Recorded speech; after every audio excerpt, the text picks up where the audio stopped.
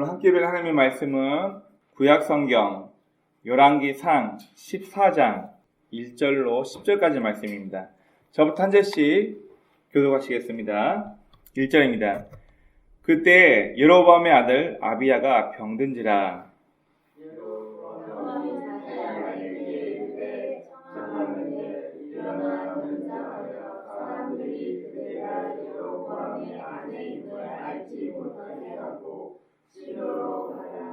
거기 선지자 아리야가 있나니 그는 이전에 내가 이 백성이 많이 된 것을 그에게 말한 사람이니라. 그대의 손에 떡 10개와 과자와 꿀 한 병을 가지고 그에게로 가라. 그가 그대에게 이 아이가 어떻게 될지를 알게 하리라.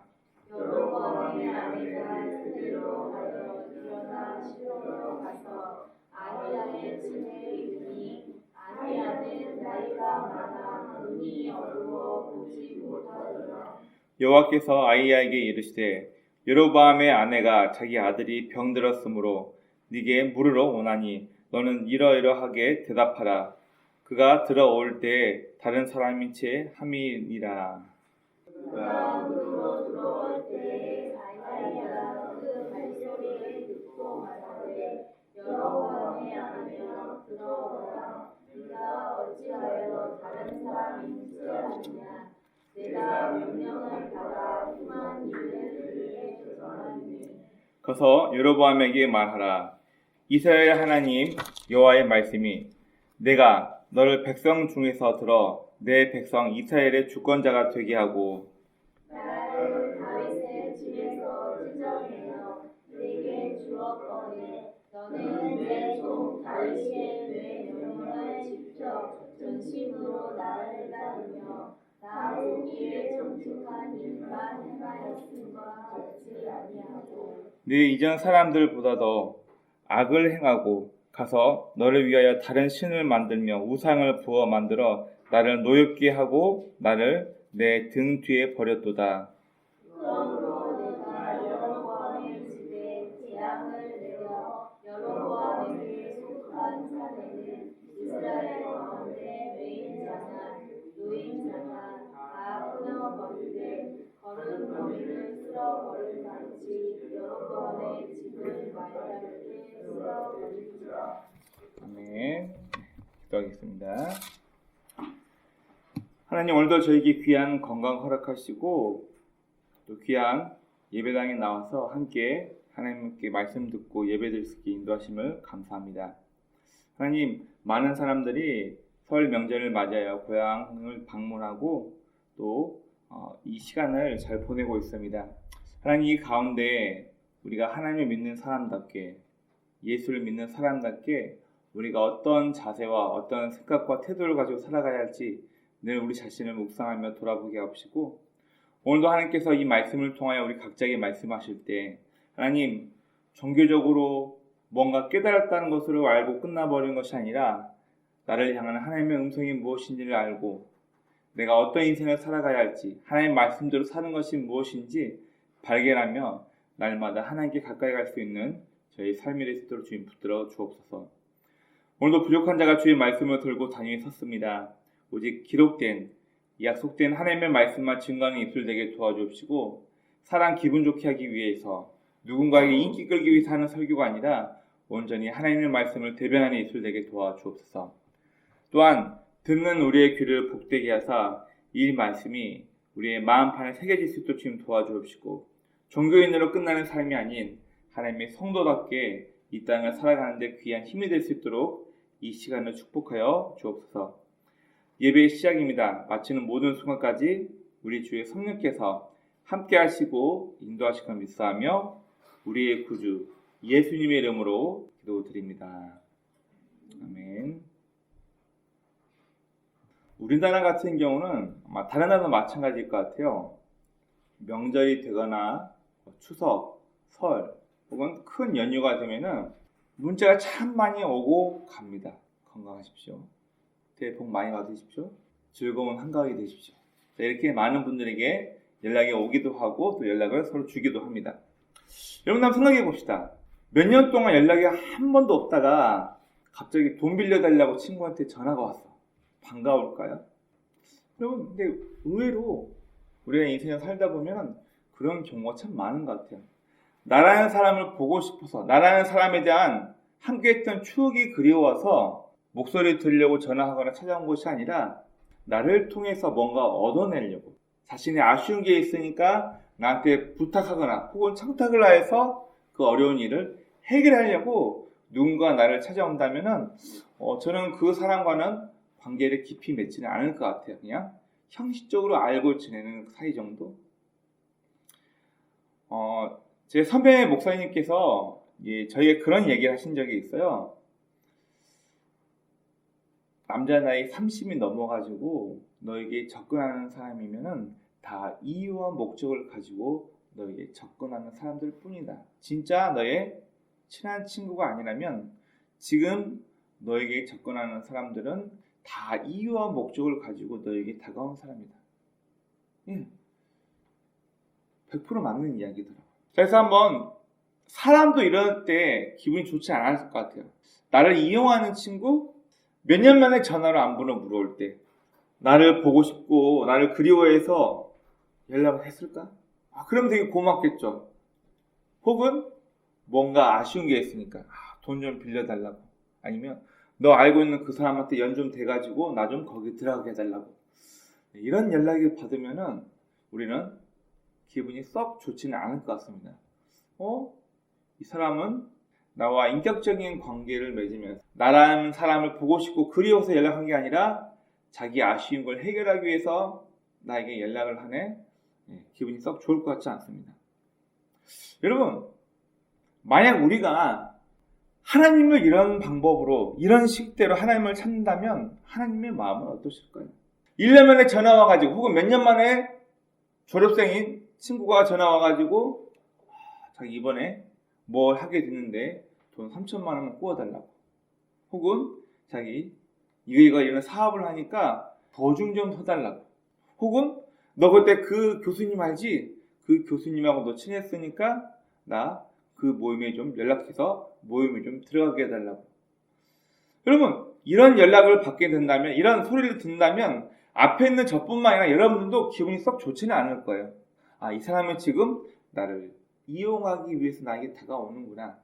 요즘 MZ세대를 얘기를 들어보면은 자기를 이용하는 사람도 이용해야 되기 때문에 모든 관계를 다 열어놔야 된다. 그러니까 우리하고 저하고는 좀 생각이 다르더라고요.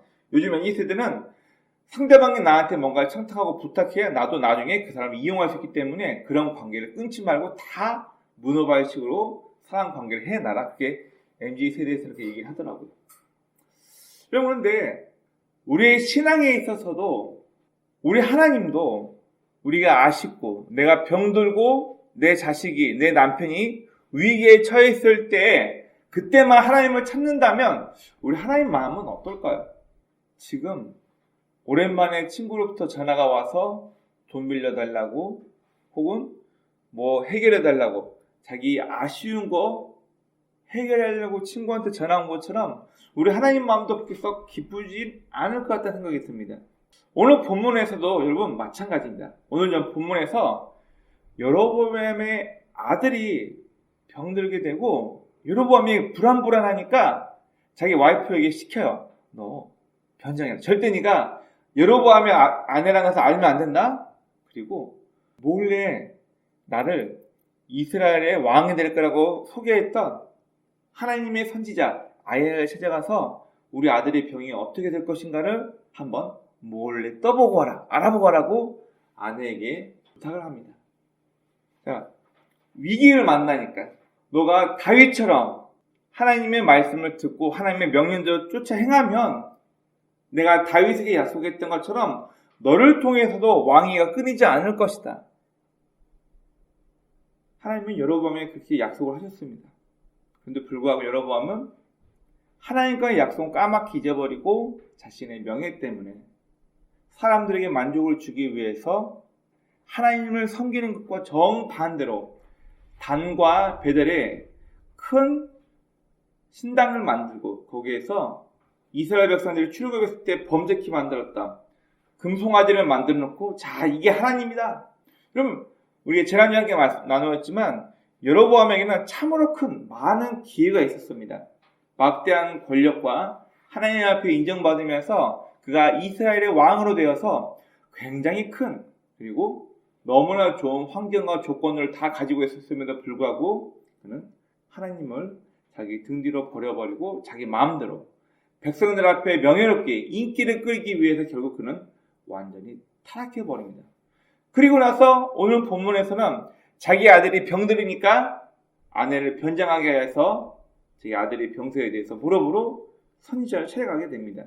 1절부터 5절 말씀을 보면 여로보암의 부인은 그 남편의 부탁대로 변장을 하고 자신이 여로보암의 아내가 아니란 것을 여로보암의 아내란 것을 보이면 안 되니까 나는 여로보암의 아내가 아니에요. 아마 왕이었으니까 굉장히 사치스럽거나 혹은 수행 비서관 같은 사람들을 줄줄이 끌고 다니면 안 되겠죠. 단순히 일반 주민이 선지자를 찾아간 것처럼 꾸며가지고 자신을 이스라엘 왕이 될 것이다라고 소개했던 아이야 집으로 찾아가게 됩니다. 자, 그리고 6절부터 10절 말씀을 보면 이 아이야 선지자는 아마 옛날 사람들 백내장이 빨리 왔기 때문에 앞을 잘 못 본다고 얘기를 합니다. 이 아이야도 눈이 어두워가지고 잘 보지 못하는데 하나님께서 미리 말씀해 주세요. 선지자 아이야야, 지금 여로보암의 아내가 자신을 숨기고 자신 아들의 병에 어떻게 될 것인가 물어보러 지금 오고 있다. 앞을 보지 못하는 선지자가 자신의 신분을 숨기고 다가오는 여로보암 아내의 발자국 소리만 듣고 왜 너 숨기고 오느냐? 왜 너 여로보암의 아내가 아닌 척하고 오느냐? 들어와라. 내가 너에게 여로보암 집에 이 말 하나님의 진노에 대해서 너에게 말해주겠다면서 이런저런 이야기를 해줍니다. 그게 오늘 6절부터 10절까지 말씀입니다. 하나님께서 먼저 화를 내시죠. 내가 다윗의 타락한 것 때문에 그 집안을 찢어서 10개의 지파를 너에게 주어 왕이 되게 하였거늘 너는 어찌하여 타락하고 모든 이스라엘 백성들이 더 타락하며 하나님 아닌 금신상 우상을 섬기며 타락해버리는데 네가 일조하느냐. 앞으로 너희 집에 여로보암 너에게 속한 네 남종이나 여종이나 네 자식이나 남자들은 다 끊어질 것이다. 사내들은 다 중요한 얘기예요. 무슨 얘기냐면 사내가 다 중요한 얘기는 그 집안의 대가 영영 끊길 것을 하나님께서 경고하십니다. 이런 보십시오. 하나님 말씀 다 어겨놓고 백성들의 인기를 끌기 위해서 그러면 이스라엘 백성들이 솔로몬 성전으로 하나님 앞에 예배드리러 가니까 내가 백성들의 마음을 얻기 위해서 뭔가를 해야겠다. 북쪽 당과 남쪽 이스라엘 베델이라는 지역에 큰 신당을 만들어 놓고 금송아지 갖다 놓고 이게 바로 너희를 조상 때부터 인도했던 여호와 하나님이다. 자, 이 금신상을 숨겨라. 하나님께서 처음 여로보암을 세우시고 그에게 약속했던 모든 것들을 그는 까맣게 잊어버리고 오늘 성경 본문에서는 너는 여호와 하나님은 네 뒤로 던져버렸다는 표현을 써요. 하나님을 그만큼 무시했다는 거죠. 9절 보니까 네 이전 사람들보다 더 악을 행하고 가서 너를 위하여 다른 신을 만들며 우상을 부어 만들어 나를 노엽게 하고 나를 네 등 뒤에 버렸도다. 하나님을 무시하고 하나님을 외면하고 자기 마음대로 백성의 인기를 끌기 위해서 금송아지 신상을 만들 때는 언제고 자기 아들이 아프니까 여로보암은 몰래 변장을 시켜서 자기 아내를 아이야 선지자에게 하나님의 뜻이 어디 있나 확인하러 갑니다. 이 무슨 행위인가요? 오늘 본문은 참 야비하지만 어쩌면 신앙인이 아니라 종교인으로 살고 있는 사람들에게 똑같이 경고하고 있는 말씀인 것 같습니다. 먼저 위기가 되니까 그때서야 하나님을 찾는 불순한 우리 인생에 대해서 이야기를 해주고 있습니다.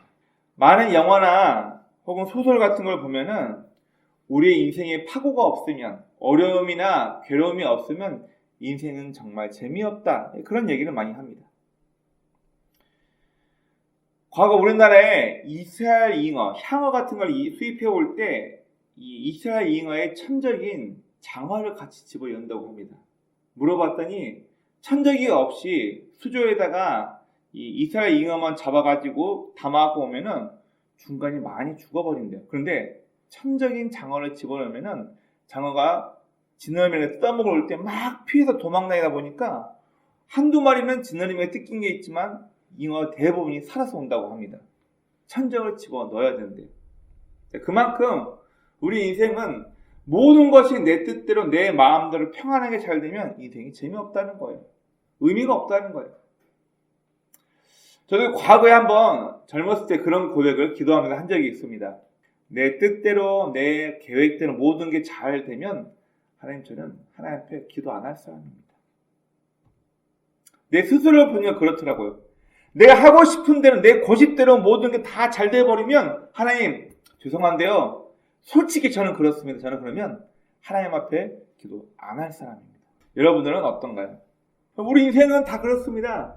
하나님을 실제로 눈으로 보고 듣고 사람과 사람들 만나는 것을 만날 수 없기 때문에 우리는 우리 삶 가운데 어려움이나 위기나 아픔이 닥치지 않으면 우리는 그만큼 하나님을 찾지 않습니다.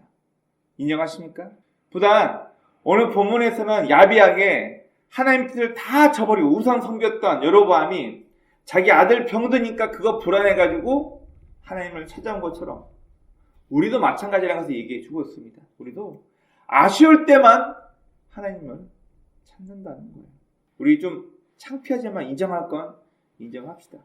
평상시에는 하나님을 그렇게 간절히 찾고 기도하지 않다가 내 가정에 문제가 생겼을 때, 누군가 병들었거나 큰 시험을 앞두고 있을 때, 혹은 사업의 문제가 해결되지 않거나 빨리 이 전세 보증이 빠져야지만 내가 원하는 다음 아파트로 이사 갈 수 있는데 집주인이 돈이 없다, 돈 안 줘.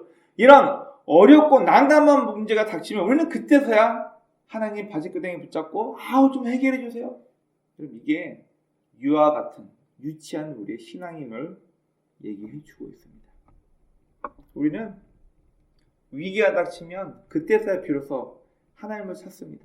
제 제목은 기억나지 않지만 어떤 한국 영화 보니까 자기가 굉장히 큰 위기에 닥치니까 아이고 하나님, 부처님, 산신령님, 해왕, 용신님, 무슨 말이에요? 급하니까 있는지 없는지 자기가 믿었던 혹은 믿지 않고 있던 하나님, 부처님, 신령님 다 찾으면서 도와달래. 그게 우리 인간의 종교적인 마음이라는 것을 잘 보여주고 있는 한 대목이죠. 그럼 여러분 봅시다. 사람들의 인기를 얻기 위해서 하나님을 그렇게 무시하고, 지금 남유다 다윗의 집안이 솔로몬이 하나님을 버리고 다른 신상을 만들고 부어 만들면서 그의 타락 때문에 내가 그를 쳐내고 그의 나라 10개 지파를 찢어가지고 너에게 줄 테니까 너는 다윗처럼 훌륭한 왕이 되어라. 하나님께서 분명히 여로보암의 가능성을 보고 그를 북이스라엘의 왕으로 세우셨거든요. 솔로몬 시대에 13년 동안 솔로몬이 자기와 자기 부인들의 궁을 짓기 위해서 다른 이방 신전을 지을 때 공사 감독관으로 있었던 여로보암은 이것은 부당하다. 하늘에서 주신 마음, 하나님께서 주신 마음을 가지고 왕에게 반기를 들 사람이 누구냐면 바로 여로보암이에요. 가능성을 보시고 백성을 대표해서 왕 앞에 설 수 있는 그 용기를 보시고 그의 가능성을 보시고 10개 지파, 북쪽 이스라엘의 왕으로 그를 세우셨음에도 불구하고 여로보암은 하나님을 의식한 것이 아니라 사람 때문에 사람에게 만족을 주기 위해서 하나님이 아닌 금송아지 신상을 만들어 놓고 이게 너희가 섬길 하나님이다. 역대 악의 시초가 되어버린 사람이 바로 여로보암입니다. 결국 사람 때문에 취해진 지저분한 왕이 되어버린 거죠.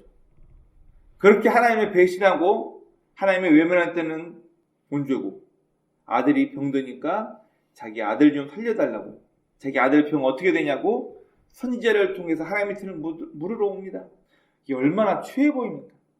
다음 세 번째는 하나님을 버린 자의 최후가 어떠한지에 대해서 성경은 이야기해 주고 있습니다. 여러분, 아비야 선지자가 여로보암의 아내에게 했던 이야기는 참 무서운 이야기입니다. 뭘 얘기하시냐고요? 그러므로 내가 여로보암 집에 재앙을 내려 여로보암에 속한 산에는 이스라엘 가운데 매인자나 노인자나 다 끊어버리되 걸음더미 쓸어버림같이 여로보암의 집을 망하게 쓸어버릴지라. 인생 말년에 솔로몬의 지혜서 전도서에 보면은 참 본인이 깨닫고 이제 쓴 인생 말년에 쓴 그 지혜서에 뭐라고 얘기했냐면 왜 인생이 죄를 짓기에 용감한가, 죄를 짓기에 그의 걸음이 빠른가. 솔로몬이 뭐라고 결론을 내리냐면 이는 죄에 대한 심판이 즉각적으로 일어나지 않기 때문이라. 내가 좀 못된 짓 하고 이렇게 좀 나쁜 짓 해도 걸리지 않고 잘 되니까, 부자가 되니까, 못된 짓 하고 나서도 좀 잘 사니까 하나님의 이 말 벌을 생각하지도 않고 죄짓기에 마음이 용감해지더라, 담대해지더라. 여러분, 우리나라 사법체도 그런 것 같아요. 잘못해가지고 형무소 갔다고 해봅시다. 그러면 거기서 우리가 흔히 말하는 갱생, 자기의 잘못과 실수를 다 버리고 새로운 사람이 되어서 사회로 나오면 좋은데 별 하나가 형무소 가서 이렇게 하면 사기를 잘 치더라. 이렇게 하면은 도둑질이 잘 할 수 있다더라. 같은 멤버들을 모으고 그 사람들이 나와가지고 또 사기치고 잘못된 일 하면서 별 2, 별 3, 별 4. 갱생이란 말이 어쩌면 이게 통하지 않는 시대가 되어버린 것 같아요. 미국 참 심각한 것 중에 하나가 뭐냐면 미국 LA를 보면은 형무소에 자리가 없어가지고 지금 난리래요. 갱생이 안 된다는 거예요. 여러분, 우리는 기억합시다. 내 아쉬울 때만 하나님을 찾는 것이 아니라 사람 눈에 만족을 얻기 위해서 하나님 믿는 척 하는 것이 아니라 우리가 하나님을 외면했을 때 그 최후가 얼마나 좋지 못할 것인가를 기억하면서 살 수 있는 그런 인생이 되어야 할 것입니다. 여러분, 유아적인, 나밖에 모르는, 다른 사람을 공감할 수 없는 이기적인 어린아이죠. 어린아이와 같은 신앙을 갖고 있는 사람들은 어쩌면 이런 생각을 할 수 있습니다. 그럼 우리의 신앙은 나의 행복과 나의 복지를 위해서 하나님이 존재하시나요? 여러분 잘 생각해 봅시다. 내가 교회에서 예배 드리는 것, 헌금하는 것, 봉사하는 것, 많은 분들은 하나님의 마음에 들기만 하면 내 필요한 것 다 채워주실 거예요. 내 행동이 하나님의 마음을 기쁘시게 하면 내 어려움, 이 문제 해결해 줄 거예요. 여러분 죄송하지만 그런 마음으로 신앙생활하고 있다면 당장 신앙을 그만두길 권해드립니다. 여러분, 하나님이란 분은 나의 행복을 위해서, 나의 영적인 복지를 위해서 내가 이 땅 살아가면서 내가 부와 명예를 거머쥐고 살도록 나를 돕기 위해서 무슨 나를 서포트하기 위해서 존재하는 분이 하나님이 아니라는 거예요. 여러분 우리가 이런 잘못된 신앙을 갖게 되면 내 요구대로 내 뜻대로 되지 않을 때 하나님을 향한 신앙이 하루아침에 무너져 버립니다. 하나님께서 다윗을 기뻐했던 이유가 뭐냐면 당대 수많은 고대 근동의 왕들은 자기의 명예와 권력을 위해서 신을 이용하기 위해서 신전을 지었다면 다윗은 반대로 자기 권력이나 명예를 위해서가 아니라 나는 이렇게 잘 살고 있는데 하나님 아직도 텐트 안에 있네, 하나님의 성전 하나가 없네, 그 마음 때문에 하나님께서는 다윗을 기뻐하며 그의 왕위가 끊어지지 않을 것을 약속하십니다. 참 추한 얘기긴 하지만 우리나라 정치인 한번 봅시다. 어쩔 수 없다라고 얘기하시는 분도 있는데 우리나라 정치인들 이제 선거처럼 옵니다. 그러면 종교가 없는 사람들은 다 불교로, 교회로, 천주교 다 찾아갑니다. 심지어 자기 종교가 있는 장로님이라는 분도 불교 사찰로 찾아갑니다. 왜요? 표를 얻어야 되니까. 내 종교적인 신앙이나 내 양심과 상관없이 많은 사람들로부터 표를 얻어야 되니까 불교 법당에 참석하고 성당 미사에 찾아가고 큰 교회 뉴스 기자들 대동하고 큰 교회 일부러 예배에 참석합니다. 왜요? 표를 얻어야 되니까.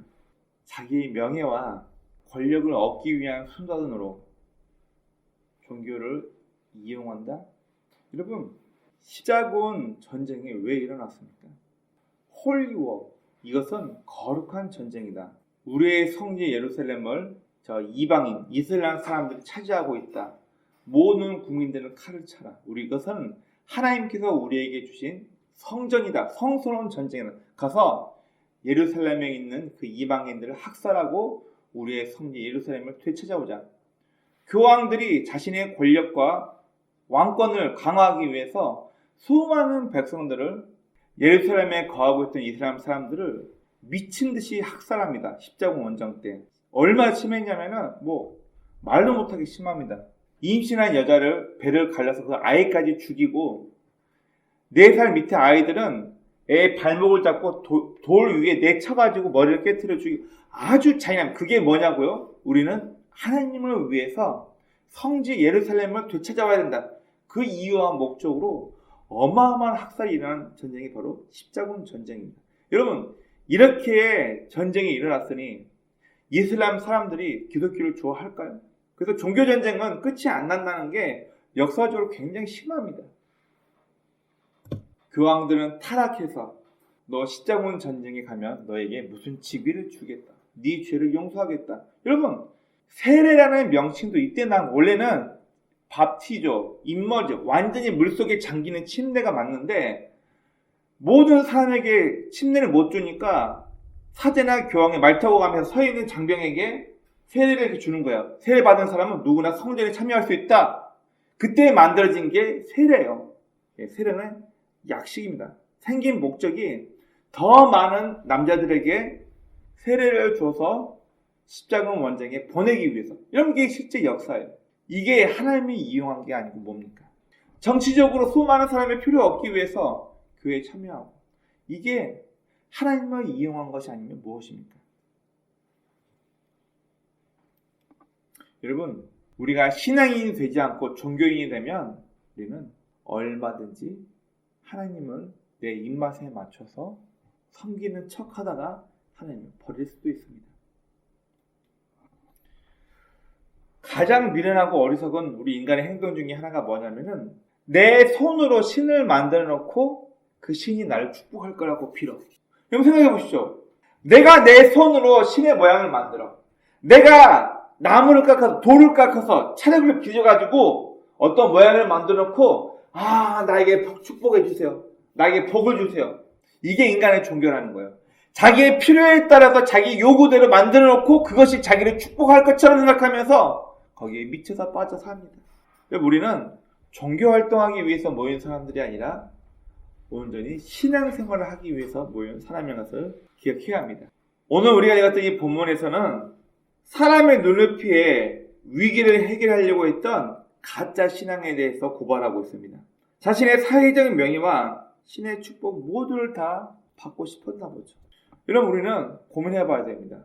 그러면 나는 어디까지 하나님을 믿고 섬길 것인가? 이 공간은 절대 누구도 침범할 수 없는 공간이에요. 내 만족과 내 목표를 위해서 내가 하나님의 도움이 잠깐 필요한 거니까 그냥 나만 축복해 주세요. 나는 지금 이런 목적이 있으니까 하나님은 나한테 축복만 해주시면 된다고요. 점점 양아치 같은 신앙이지 않나요?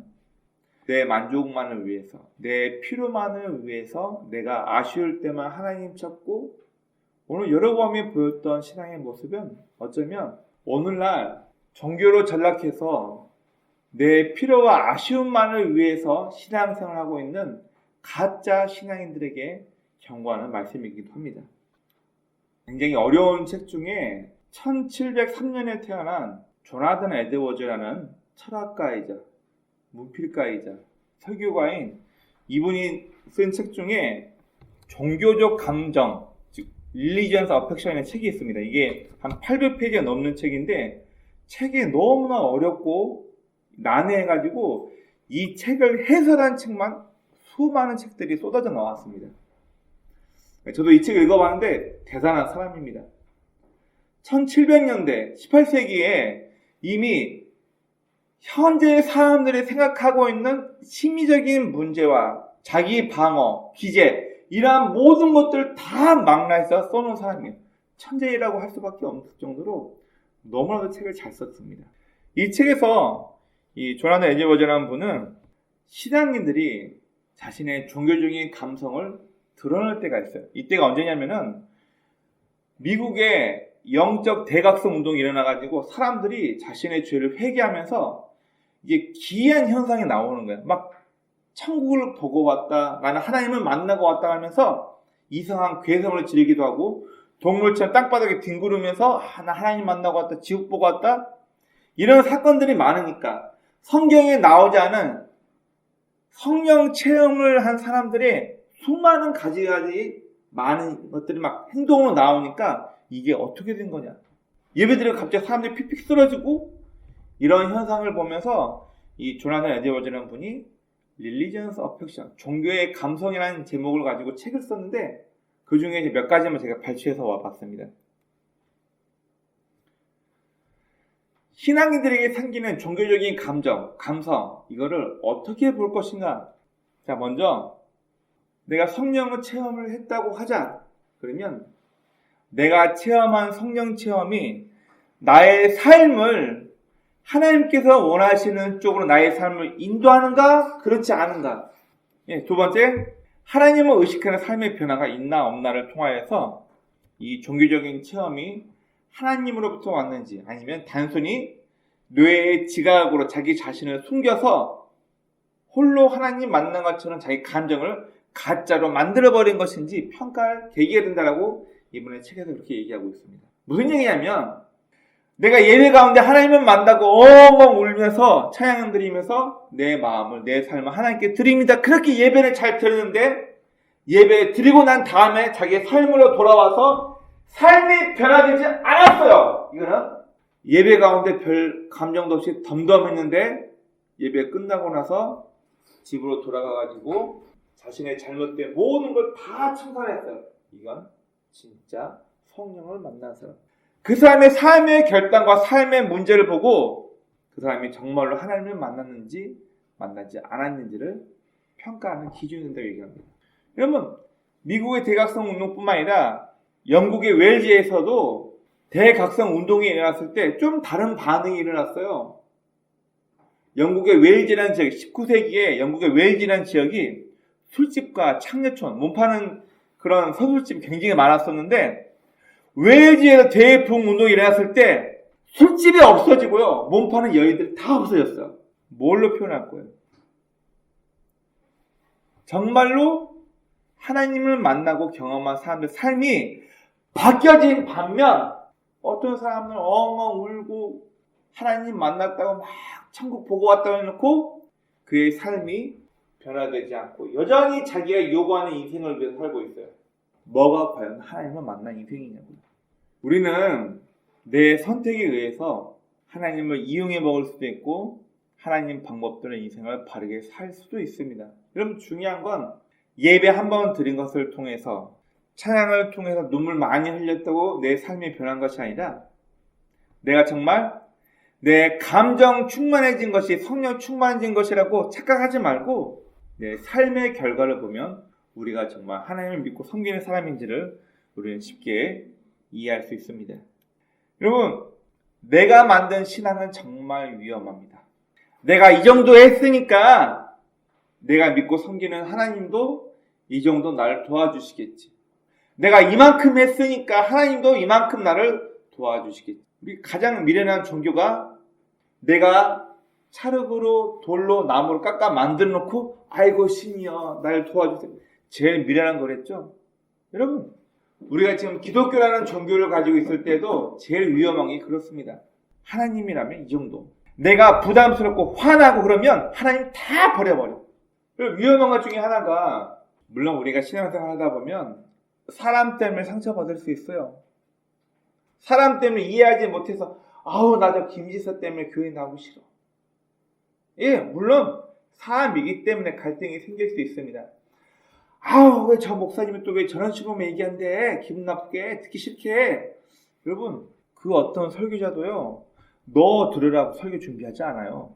그 어떤 설교자도요 너 듣고 기분 나쁘라고 그 설교 준비 안 한다라고요. 성경 본문들을 얘기하는데 이 본문 말씀 자신의 양심의 가치를 찌르면 나를 돌아보고 오늘 하나님이 이 말씀을 통해서 나의 잘못된 습관을 고치길 원하시네, 이렇게 반응하는 것이 아니라 아우 저 목사 또 나 들으라고 얘기하네, 아우 또 기분 나쁘게 나 들으라고 표적 설교하네. 저 전도사 때부터 이런 사람들 참 많이 만났거든요. 결국은 답이 없어요. 어떤 얘기를 해도 본인 듣고 기분 나쁘면 나 들으라고 여러분, 무슨 저희 사역자가 무당이에요?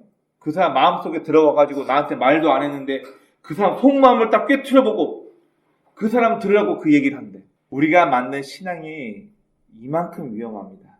내 생각에는 이렇게 하는 게 신앙 아니야? 내가 이만큼 노력하고 이만큼 헌금 많이 하고 이만큼 교회에서 봉사했으니까 하나님이 내가 원하는 대로 나 축복해 주셔야 되는 거 아니야? 내가 만든 신앙, 내가 나무나 돌 깎아놓고 그 신을 만들어 놓고 그 신에게 나 축복해달라고 비는 것처럼 우리가 만들어 놓은 신앙은 이만큼 위험합니다. 여러분, 모든 초점이 나한테 맞춰져 있어요. 모든 게 주인공이 나예요. 우리들 각 집에는 굉장히 위험한 물건이 하나씩 있습니다. 자, 제가 소설에 있는 그대로 표현해 볼게요. 우리 각 가정에는 굉장히 위험한 물건들이 하나씩 있습니다. 조금씩 우리의 모든 생명을 갉아먹습니다. 그리고 우리의 모든 재산까지 갉아먹습니다. 그것은 바로 자식입니다. 네, 이게 소설에 나온 걸 그대로 제가 지금 표현해 드린 거예요. 내 모든 생명을 갉아먹습니다. 여러분, 실제로 영국에서 조사한 학술 결과를 보니까 자식이 있는 생명체가 자식이 없는 생명체에 비하여 생존율이 낮대요. 사람뿐만 아니라 동물까지 연구해 보니까 새끼가 없는 성체가 더 오래 산다는 거예요. 자식은 계속 부모를 갉아먹습니다. 그리고 부모의 재산도, 표현이 조금 듣기 거부갈 수 있겠지만 생리학적으로, 물리학적으로 보면 이 얘기는 맞는 이야기입니다. 어린아이의 신앙이란 것은 모든 게 내 중심이 되어야 돼요. 여러분, 저도 먹고 싶은 거 있거든요. 근데 제 아이들이 어렸을 때는 애들 때문에 먹고 싶은 거 못 먹어요. 그게 부모잖아요. 여러분, 우리의 신앙이 어린아이에게 모든 걸 다 맞춰주는 것처럼 그런 신앙을 요구하게 된다면 우리 정말 위험합니다. 모든 초점이 나예요. 내가 잘 돼야 되고, 내가 행복해야 되고, 내 영적인 복지를 위해서 하나님이 일하셔야 되고, 내 행복을 위해서 하나님이 일하셔야 돼요. 여러분, 내 필요에 따라서 신앙의 기준이 달라진다고 생각을 해봅시다. 내 필요에 따라서. 내 사업이 잘 되면 이 신은 내가 믿기 좋은 신이고, 내 사업이 잘 되지 않으면 이 신은 내가 믿을 신이 아니야. 신앙의 개념이 아니고 종교의 개념, 아주 용한 무당의 개념을 가지고 교회를 찾아오는 사람들 또한 그렇습니다. 내 필요에 따라 신앙의 기준이 달라져 버릴 때. 그럼 세 번째로, 종교의 이름으로 거행되는 합리화된 만행들 얼마나 많습니까? 우리는 오늘 이 여러보암의 이 일화를 통하여서, 이 사건을 통하여서 나는 과연 진짜 신앙인가 혹은 나는 가짜 신앙인가, 나 자신을 돌아봐야 할 것입니다. 하나님께서 이미 허락하신 축복과 지켜야 할 율례는 다 버려버리고 자기 아들이 아프니까 이게 아쉬워서 하나님 만나러 가는 이 어리석음. 우리 삶 가운데서도 내 필요와 아쉬움을 위해서 하나님 믿는 신앙이 아니라 우리가 이미 어떤 은혜와 축복을 받았는지를 기억하면서 하나님의 뜻대로, 하나님의 방법대로 인생을 살아갈 수 있는 복된 저와 여러분의 삶이 되시길 주의 이름으로 축원합니다. 아멘.